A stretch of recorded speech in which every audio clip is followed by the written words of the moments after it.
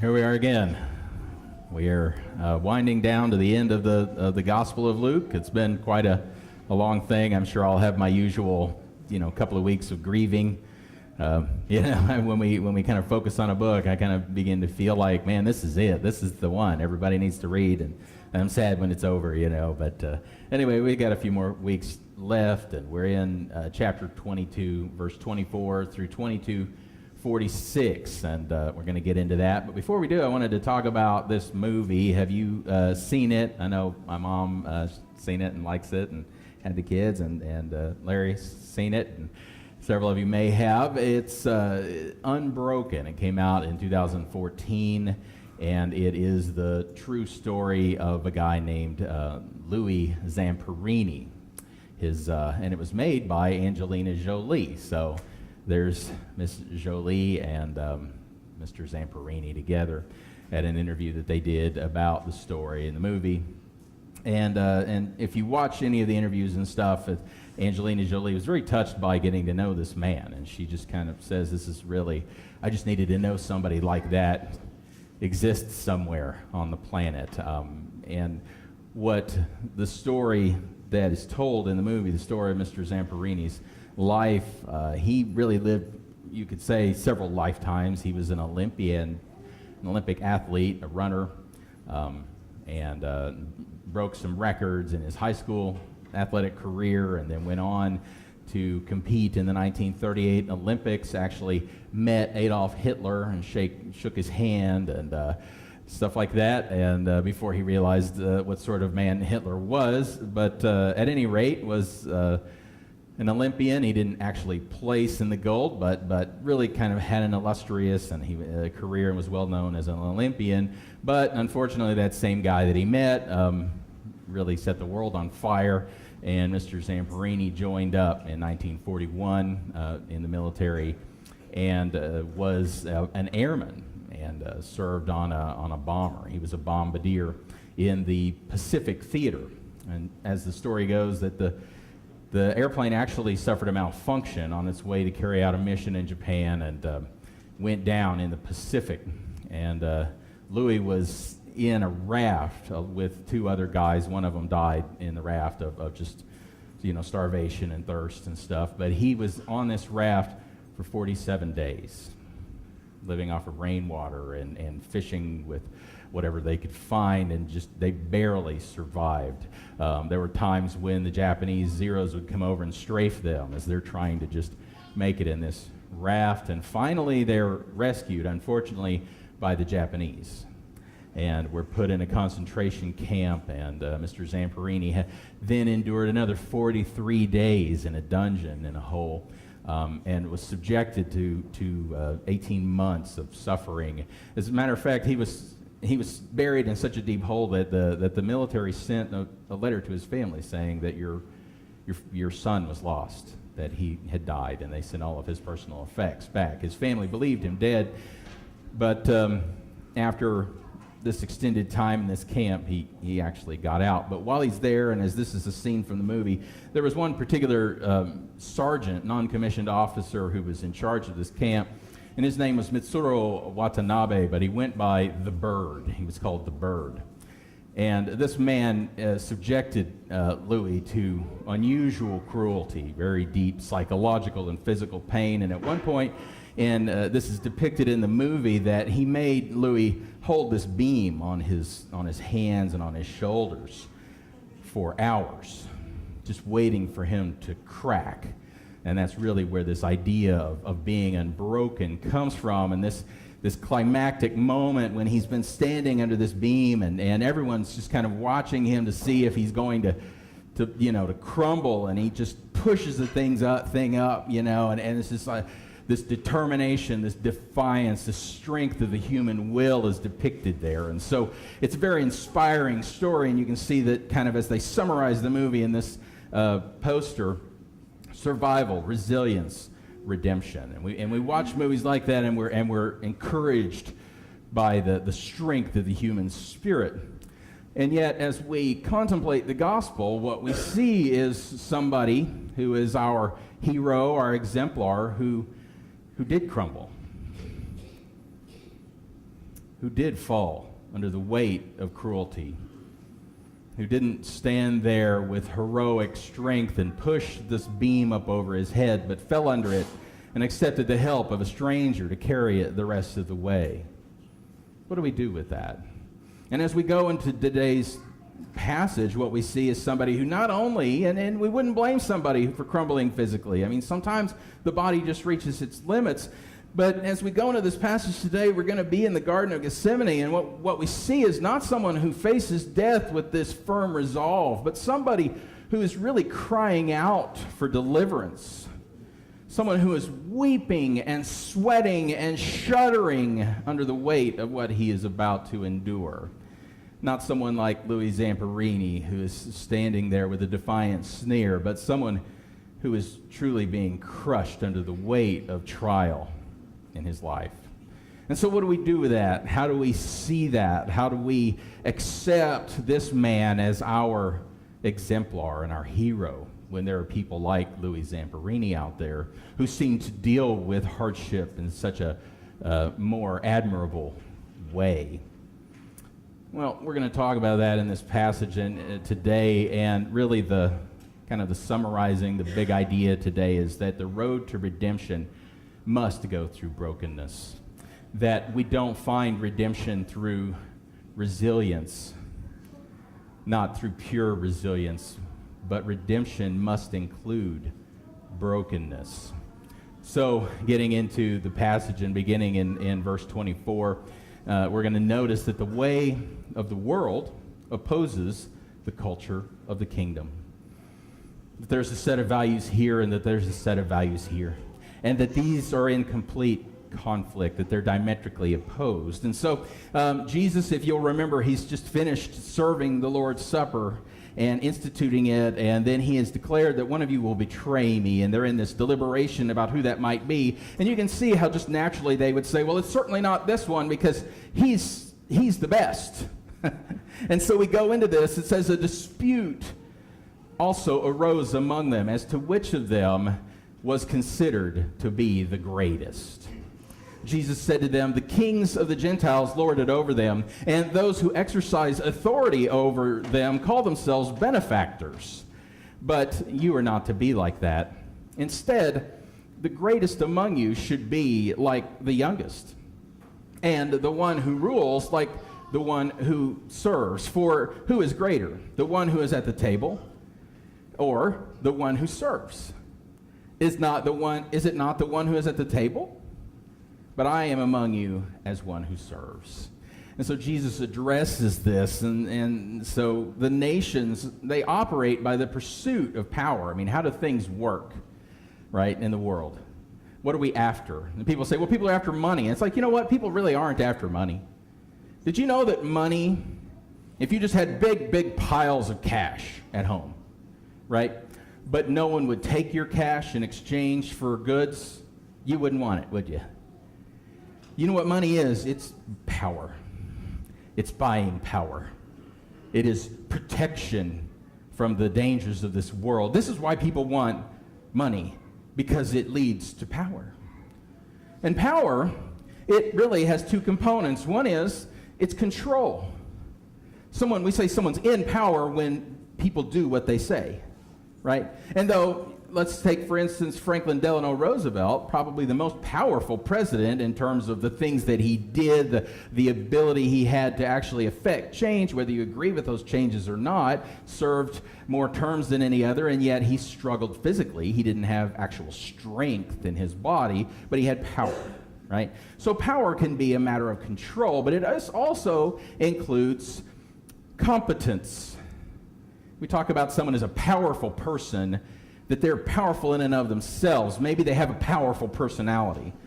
You know, they're not maybe in a position of power, but because of their charisma, people do what they say, right? Or maybe we can say that's a powerful individual physically, right? He's got the strength to accomplish things. Or we can speak of any number of things, but power also has this idea of ability. And so it says, you know, Jesus says that, yeah, kings tell people what to do, but they also expect to be thanked for it. That that they are seen not only as someone in control, but they're seen as someone with a higher level of wisdom, of character. And so by their telling us what to do, they're really gifting us. And so this aspiration that the disciples have among themselves is that they're thinking, not only who gets to tell everybody what to do, but who has the best personal attributes, right? Who's the most zealous? Who's the most learned? Who's the most charismatic among us? Which one of us is the best? And that's the way the nations operate, isn't it? And Jesus, though, says that that's exactly the opposite of what you need to do. And the way he says this, and we don't quite see it in the English, but he says it's not that way among you. Not so among you. He doesn't even have the verb. He's not asking, he's not telling, he's just stating a fact. He says if you're in the kingdom, you're not like that. He's not saying don't be like that. He's saying the kingdom is not like that, and if you're in the kingdom, you're not like that. And because he says that the one is the greatest, he should be like the youngest. Now, he's not saying that there are no distinctions between us. He's just saying that there's nobody who's an expert in the kingdom of God. Every person is a disciple under Christ, right? Nobody is the go-to guy for all knowledge. Nobody gets to be like, no, I forgot more than you ever learn about that. Nobody gets to rely on their personal attributes. All of us have to come and say, I need. We have to be like the youngest. There's not a single person in the kingdom who graduates beyond this dependence. And then he says that the one who rules, they need to be like a servant. Nobody gets to say, because I said so in the kingdom of God. There's no such thing. We must demonstrate service. Our leadership is a matter of watching other people succeed, listening, finding out how God is leading them, supporting them. That's service, right? Jesus says that's the kingdom. Anything else is not the kingdom. Well, why is it like that? Well, it's because the king in our midst is also the servant. Here's the irony of this story as it opens, is that these disciples are having this contest for who's the greatest, and I'm not sure all of them weren't saying, well, it's me. I think some of them were saying, well, I nominate Peter, right? And so there's this contest, but even the one who nominates Peter, he's nominating Peter because he's a sycophant. Sometimes people get power by being close to people in power, don't they? Right? And Jesus, and so they're having this bizarre argument right there at the table with Jesus. And they're not even asking Jesus. It's like, Jesus, who do you want to be your successor? I'm like, let's all appoint a successor to Jesus. And Jesus is sitting there. You see how strange that is? You see, he says there was something that arose among them while they were there. But Jesus wants us to know, he says, I'm here. You remember last time when we said that Jesus says, here's the bread, let it represent me among you? That word for remembrance has to do with representation, and that bread isn't just the Passover loaf. It's also the bread of the presence. It's replacing that in the temple. And Jesus is saying that when you see this bread, you see me in your midst. But Jesus is not in our midst as a participant. He's in our midst as the waiter. Do you remember back earlier in 22:17 and 18? He says, take this cup. I'm not drinking any of it. I'm giving it to you. I won't drink again until this is all fulfilled. Jesus is here today. He's here as our host. He's here serving us. You enjoy. You eat. You drink. And so he's the one who serves, and this has always been the plan in Isaiah 42:1 as we start this section about the suffering servant, right, who is the Messiah. Here is my servant whom I uphold, my chosen one in whom I delight. He doesn't say this is my mighty warrior. He doesn't say this is my resplendent nobleman. He says this is my servant whom I uphold. I delight in him. I will put my spirit on him, and he will bring justice to the nations. That his leadership is service, and he is among us, and there's no place for the way of the world in our midst. And that's good, because there's a day coming when there will be no place for the way of the world at all. The kingdom is coming, and Jesus is like, I'm teaching you how to live in the kingdom to come. Right? He goes on and says, you are those who stood by me in my trials, and I confer on you a kingdom just as my Father conferred one on me, so that you may eat and drink at my table in my kingdom, and sit on my thrones, on thrones judging the 12 tribes of Israel. I want to notice some things about this is God wants us to rule at his side. You want to know why people aspire to have power? It's because we were made for it. He made humans with dominion, didn't he? But here's what we weren't made for. We weren't made to cast him off. We were made to be his regents. And so Jesus says, you will judge the 12 tribes of Israel. He doesn't say you will be kings over your own fiefdoms there. He says you will be judges. Why is that? It's because Isaiah says in Isaiah 1, he says, your princes are rebels and companions of thieves. See, when people begin to believe that they have power because of their personal attributes, they cast God off. They want to do his job, just like Adam did when he took the fruit.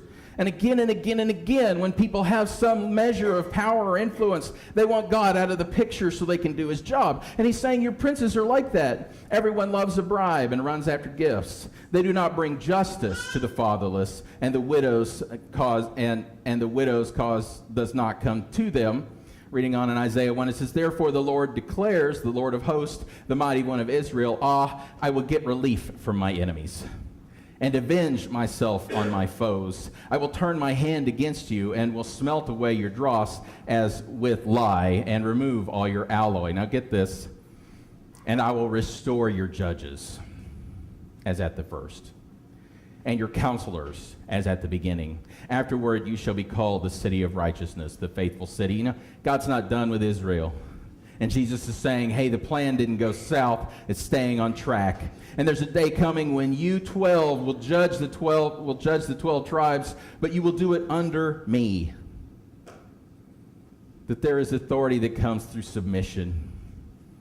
The next thing I want to notice is that it will be by God's generosity and not by our achievement. You see this? He says, you are going to sit at my table.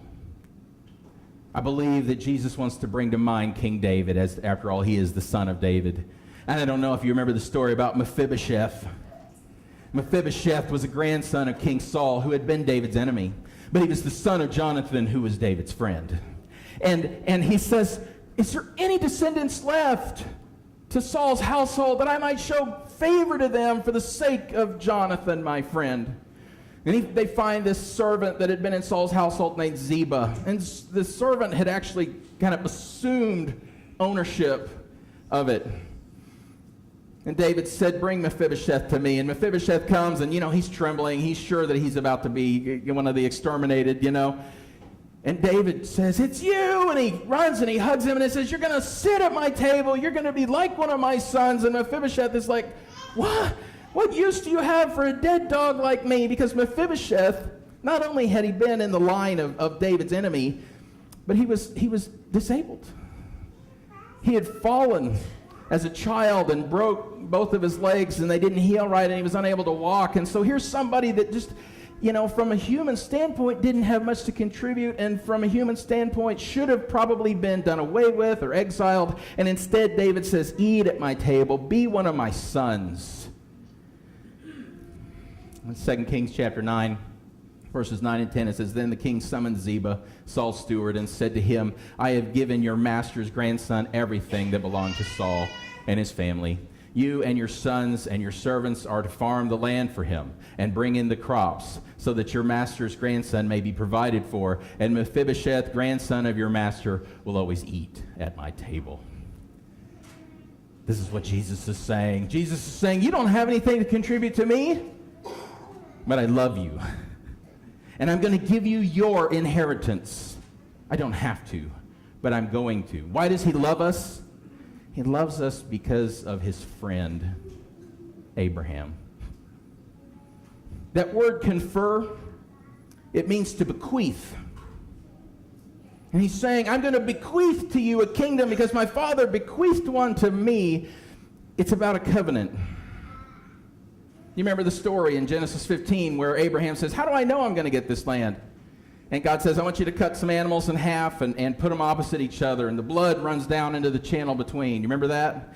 And we're told that God manifests as two, a smoking pot and a flaming torch. And that these two manifestations of God travel between the animals. Can I suggest to you that God was making a covenant with himself? That Father and Son are agreeing together that this will happen and we will pay the price. It was paid for by divine blood. And it says, when the sun had gone down and it was dark, behold, a smoking pot and a flaming torch passed between the pieces. And on that day the Lord made a covenant with Abram. But here's the thing, is that Abram wasn't walking between the pieces of the animals and saying, to your offspring I will give this land, and from the river of Egypt to the great river, the Euphrates. Jesus came to be that offspring. He came to be in flesh. He made that agreement with the Father. But that agreement, implicit in it is that the one who violates it needs to pay for it with his blood. Jesus didn't violate it, but we did. And so Jesus fulfilled the covenant by giving his blood, and God demonstrated that he accepted that as a fulfillment by raising him from the dead. And so Jesus says, this is the new covenant in my blood, which I now make with you. Jesus is saying, I have fulfilled the covenant I made in Genesis 15, and now I make one with you. I give you my blood. And so we will inherit the promises given to Abraham. It's assured by blood. Final thing I want to notice in this section is that we receive the kingdom by real faith. You know, we think of faith as just agreeing to something in our minds, and that's a pretty small view of it. Jesus says, you are those who stood by me. Faith in the Greek has much more to do with faithfulness. A servant had faith when he was available to his master. Midnight, 2 in the morning, whatever. That's faith. David again. Remember the story? David is fleeing Jerusalem. Just like Jesus was rejected from his kingdom and was taken out of Jerusalem, so David, when Absalom usurped him, fled Jerusalem for the sake of peace. And as he's fleeing, he only has a very few who are faithful to him. And one of them is a foreigner named Ittai, the Gittite. And he says, why should you come along? David says, go back and stay with King Absalom. You are a foreigner, an exile from your homeland. You came only yesterday, and today shall I make you wander about with us when I do not know where I'm going. Go back and take your people with you. May the Lord show you kindness and faithfulness. But Ittai replied to the king, as surely as the Lord lives, and as my Lord the king lives, wherever my Lord the king may be, whether it means life or death, there will your servant be. Folks, that's faith. Faith is not, I believe you died for me, Jesus. Faith is, I will die with you, Jesus. Can we get that? That when we walk by faith, we surrender ourselves to him. Good or bad, I'm here. And as a result, David gave Ittai a place in his administration. When he came back, or when he's out to resume his kingdom, it says David sent out his troops, a third under the command of Joab, a third under Joab's brother Abishai. Now these guys had been in his administration for years, but there's a third guy who's brought right up to where these guys are, a third under Ittai the Gittite, the foreigner. Jesus says, you stood by me in my trials. I will give you a place in my kingdom. But in order for us to have that kind of faithfulness, we've got to get over ourselves. And that's the hardest part. We have to be broken in order to be faithful. We won't abdicate to somebody else unless we trust in them more than in ourselves, and that's hard. Because most of us go around with this crazy idea that we're basically good. I'll tell you, I've met so many people, I don't care what they've done, and I ask them, what do you think about yourself? I'm basically good. Really? So when you were robbing that old lady at the end of a knife, you're basically good. When you're ripping off a church to pay for alcohol, you're basically good. We have this amazing ability to delude ourselves and to tell ourselves that we're basically good. And until we can have that reality moment, we're hopeless. So Jesus turns to Simon. He says, Simon, Simon. You notice how he reduces Peter back to the way where he was before he met him? And this double mention is almost this lament. He says, Simon, Simon, Satan has asked to have all of you, not just Simon, but all the disciples, to sift like wheat. Now, if you lived in the first century, you would know what that meant. You know, you throw wheat out onto a stone surface and you roll a big heavy wheel over it to bust off the outer shell. Then you throw it up into the air and the chaff goes away and you catch the wheat. If you're the wheat, it's a painful process. And so he says, Satan has asked to have you to sift you like wheat, but I have prayed for you, Simon, that your faith may not fail. And when you have turned back, strengthen your brothers. But he replied, Lord, I'm ready to go with you to prison and to death. Jesus answered, I tell you, Peter, before the rooster crows, today you will deny 3 times that you know me. Now keep in mind that this was probably at 2 or 3 in the morning when he's saying this to him. And the cock was going to crow, the rooster was going to crow about 6 a.m. And he's saying, Peter, you're so sure you're going to stick with me. I'll tell you, in the next 3 to 4 hours, you're going to deny me 3 times. You think Peter believed that he was ready? I do. Here's the thing is our worst sin reveals our real selves. I'm not saying that we're all completely horrible and we don't have good things about us. I'm saying that the very worst thing that we do shows just exactly what we're capable of. Right? It's kind of like if you have a yo-yo and you just bounce it like this and you think the string is about 1 foot long. And you let that thing fall all the way down, you see just how long it is. C.S. Lewis said something like this. He said, if there are rats in a cellar, and you're most likely to see them if you go in very suddenly. But the suddenness does not create the rats. It only prevents them from hiding. In the same way, the suddenness of the provocation does not make me an ill-tempered man. It only shows me what an ill-tempered man I really am. See, Peter believed one thing about himself, but he was about to find out something else. Satan didn't cause Peter to sin. He just showed Peter how far he yet needed to go. Because the only attribute God wants is our trust in him. Not saying he can't use our intellect, he can't use our charisma, but honestly, those things will become a barrier to us until we've learned to come to him utterly bankrupt. He's going to have to run over us and run over us and run over us until that outer shell of politeness, of bravado, of decency cracks. And we demonstrate what's really going on. That inner person. And may it be that what is left is faith. It's the only thing about us. This taking hold of him. And that trust, it means admitting that he knows the way and we don't. You know how hard that is? Right? To let somebody else run your life, and yet that is implicit in what it means to be a disciple. You can't do it any other way. It's like, Jesus, I'll tell you what, let's split this thing up. Okay? I'll make the decisions and you clean up the messes. Right. Trust is abdicating control of our lives to him. And that's hard.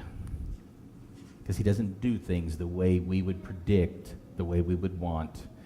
Notice this. He says, then Jesus asked them, when I sent you without purse or bag or sandals, did you lack anything? He's saying, you remember that time I told you to do something that was utterly ridiculous? To take trips and not pack and just walk out? To not have any way to protect yourself from wild beasts or robbers? To not have any means of supporting yourself? You remember when I told you to do that? That was crazy, wasn't it? Did you lack anything? No, Lord. They learned something about Jesus that day, and he knows more than they do. But here's the problem with it is that he says, but now I say to you, if you have a purse, take it. And also a bag. And if you don't have a sword, sell your cloak and buy one. See, sometimes we follow Jesus and he gets us through that really difficult thing, and then he says to do the opposite. And it says he was numbered with the transgressors, and it is written he was numbered with the transgressors, and I tell you that this must be fulfilled. Yes, what is written about me is reaching its fulfillment. The disciples said, see, Lord, here are 2 swords. That's enough, he replied. Here's the thing. What we want to do is that we're like, okay, here's positive outcome. We want positive outcome. And God, he speaks to our heart. He leads us through his Holy Spirit. And he says, well, if you want positive outcome, you need to have A plus B will equal positive outcome. So don't bother. You remember when you went out with nothing? Did you lack anything? No. Like, good, we got a precedent. Here's the problem is that the next time that we're in a similar situation and we want positive outcome, we go, I remember this one. It's A plus B equals positive outcome. You want to know what's wrong with that? It doesn't. You want to know why? Because he's not giving us a formula. He wants us to come to him every time. Because the circumstances are changing. This isn't math, man. It's life. Things are changing. There's a spiritual realm. There's a physical realm. There are factors that we can't possibly see. A plus B won't work this time, and so we've got to go back to him, and it's Z plus the ampersand. I'm like, what the heck? You know, we don't know what this is, but we follow because he sees and we don't. Right? And sometimes we want to use the Bible as a blueprint for life. Why? Because we don't like uncertainty. And if I can get the Bible to give me the formula, then that's even better. Folks, has that worked yet?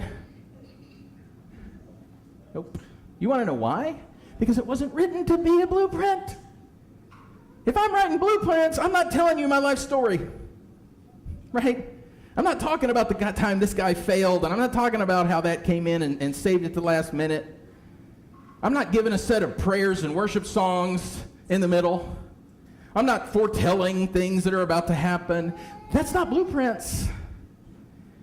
That's an encounter with the living God. It's him showing us his heart and his purpose. And that's why Jesus says that the things which are written about me have a fulfillment. And by that, in the Greek, it's really they have a purpose. And folks, the things written about you and the things written about me, they have a purpose too. See, this Bible is this wonderful pop-up book, and we read it and we see ourselves. But we're not reading it for a formula. We're not reading it for a blueprint. We're reading it to know the heart of God. And when we know his heart, then we can listen to him. We can hear him. We can do what he says. And finally, it says, look, there are 2 swords. And he says, that's enough. Wow, great strategy, Jesus. Let's bring a knife to a gunfight. Jesus knows that the high priest and forces are coming, and I promise you there's more than 12. And I promise you that there's more than 2 swords among them. If you want to go into battle, we're going to need more than 2 swords, Lord. Right? Sometimes Jesus tells us to do stuff, and it does not make sense to our minds. We just trust him. Because he knows what's going to happen next. They really only needed 1 sword. They just needed enough swords for Peter to cut someone's ear off and for Jesus to heal that person and to call it off. That's how many swords they needed. 2 is like twice as many. But they couldn't see that from their perspective. They assumed that because Jesus said they needed swords, that they were going to be fighting a battle, right? And don't we do that too? We have to get over ourselves if we're going to be faithful. And here's the beautiful thing about it is, I'll tell you, if God was this deity in the sky saying, you need to be broken, it would be hard to hear. It would be hard to do. But because Jesus became fully man, he shows us how brokenness leads to redemption. Jesus went out as usual to the Mount of Olives, and his disciples followed him. And on reaching the place, he said to them, pray that you will not fall into temptation. By the way, the word for temptation is also the word for trials.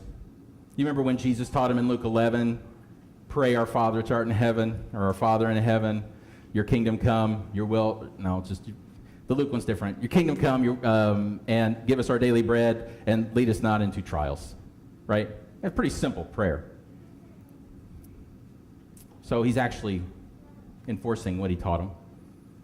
And then he withdrew about a stone's throw beyond them, and he knelt down and prayed, Father, if you are willing, take this cup from me. Yet not my will, but yours be done. Do you notice that Jesus does the very thing he tells his disciples to do? I know that sometimes we read James 1 and we say, you're supposed to count it all joy when you fall into various trials, and we think, well, we better ask for trials. That's really stupid. That's us being like Peter, I'm ready. Boom, boom, spiritual guns up. Let's do this. That's such arrogance. It's overestimating ourselves. We cannot possibly know what we're capable of. We don't know it until we hit it. So the wise thing to do is to pray to be spared the trials, because Satan would love that kind of permission in our lives. And his hope would be that we would be wrecked. Jesus, the Son of God, said, God, spare me this trial. And he told his disciples to pray the same thing. Folks, that is not cowardice. It is humanity. But trials will come. And when they do, we need to accept them along with the strength to endure. And so he says, take this, but not my will. And it says, an angel from heaven appeared to him and strengthened him.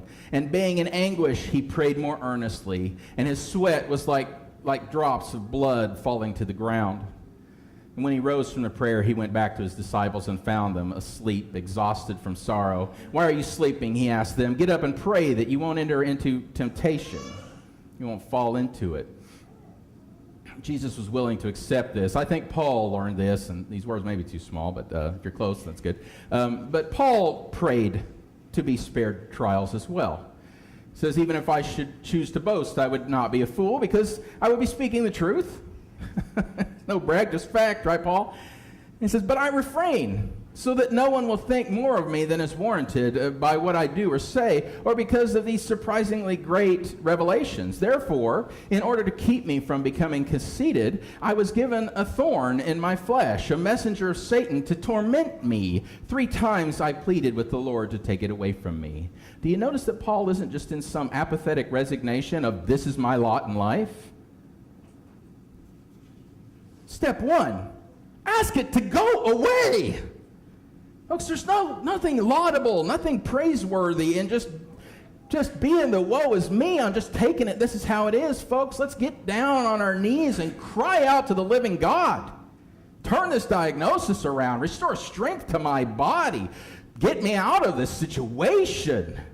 Provide me what I need. That's human. It's our side of the relationship with God, and we need to do it.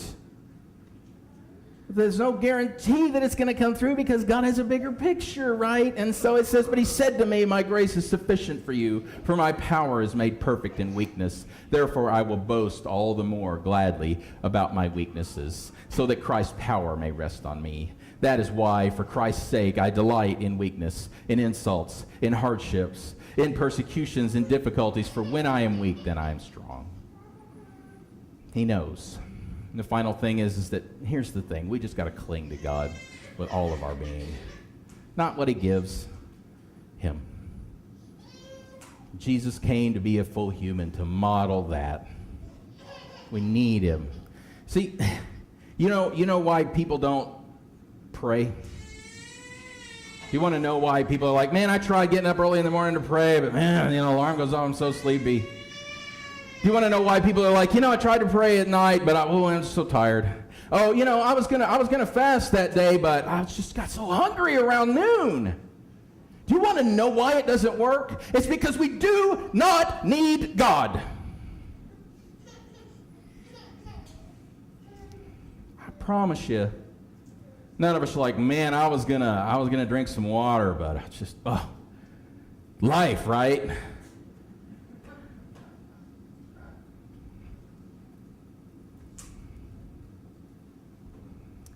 Stop, and we've got to ask, am I desperate for him? Do I need him more than food? Do I need him more than sleep? We do, but maybe we're not broken enough to recognize it. So what about this hero of ours who was so weak? And what do we do with this guy who might inspire our admiration? Well, we need to see the rest of the story of Mr. Zamperini. We need to see that he came home, he was rescued, and he married a young lady named Cynthia Applewhite. And then he began to drink himself into a stupor. Because every night of his life, the bird came for him. And the post-traumatic stress was destroying his head. Until finally, his new wife, who they had a little girl together, said, "I will not be here anymore. I'm divorcing you." And about that time, someone invited her to go to a Billy Graham crusade. This is before Billy Graham was a big deal. They just like, "Hey, this guy's coming. You want to come?" And she went. And she came home and said, "I've given my life to Christ, so I'm not going to divorce you now, but you need to go with me." Well, he was glad she wasn't going to divorce him, so he went. Of all of my near-death experiences, my life never passed before my eyes, never. But when Billy Graham quoted Scripture, my life did pass before my eyes. And then when he mentioned people in serious trouble, almost always turn to God in prayer. Was I in serious trouble? Yeah. Did I have serious problems? Yes. When they crashed, life raft and so forth, what do you do in the raft? You pray. What do you do in prison camp? You pray. That's all you do. You pray morning, noon, and night for 47 days, 43 days in the dungeon. Get me home alive, God, and I'll seek you. I'll serve you. And I'd never remembered that until Billy Graham started quoting ugly life. Yes, I had a lot of great times, a lot of great experience, a lot of escapes from death, but I still didn't like my life after the war. It was terrible. And I thought, God, what a heel. I came home alive. God kept his promise. I didn't keep mine. And so I went forward and accepted Christ. I knew I was through getting drunk. I knew I was through smoking. And I knew I had forgiven all of my guards, including the bird. Never dawned on me again that I hated the guy. That was the first night in all those years I never had a nightmare. And I haven't had one since. The change in Louis's heart was so radical that he began contemplating something extraordinary. He knew God was calling him to return to Japan.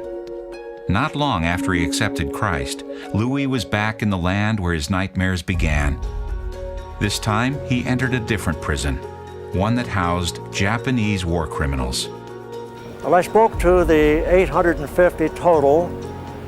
And then I gave an invitation and I said that we just are presenting the gospel to you, that Christ died on the cross for your sins, that he was buried for 3 days, rose again alive. Over 50% had raised their hands. Then I saw my guards, I identified them as they walked down the aisle. Though the bird would never meet Louis, many of his former captors came forward.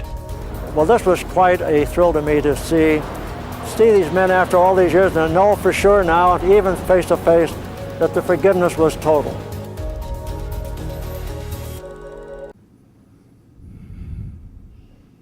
So, yes, Louis Zamperini did win. He became the person that he was supposed to be, but he did not do it because of some inner strength within him. He did it because he was broken. Jesus can do that in our lives today. In the story of Gideon in the Bible, do you remember? God said, "I don't want a strong army going up against these Midianites. I just want a weak one." And all of us have a light. If we've given our lives to Christ, there's a light inside of us, but that light will not be seen until our exterior, our respectability, our competence, all that we want to project to the world can finally be broken and the light can be seen. The road to redemption must go through brokenness. I'm going to turn it over, and Larry's going to lead us in some songs. And I'll meet you in the back if you'd like to pray over the next 3. Maybe you can pray for me. I'm trying to learn this as well.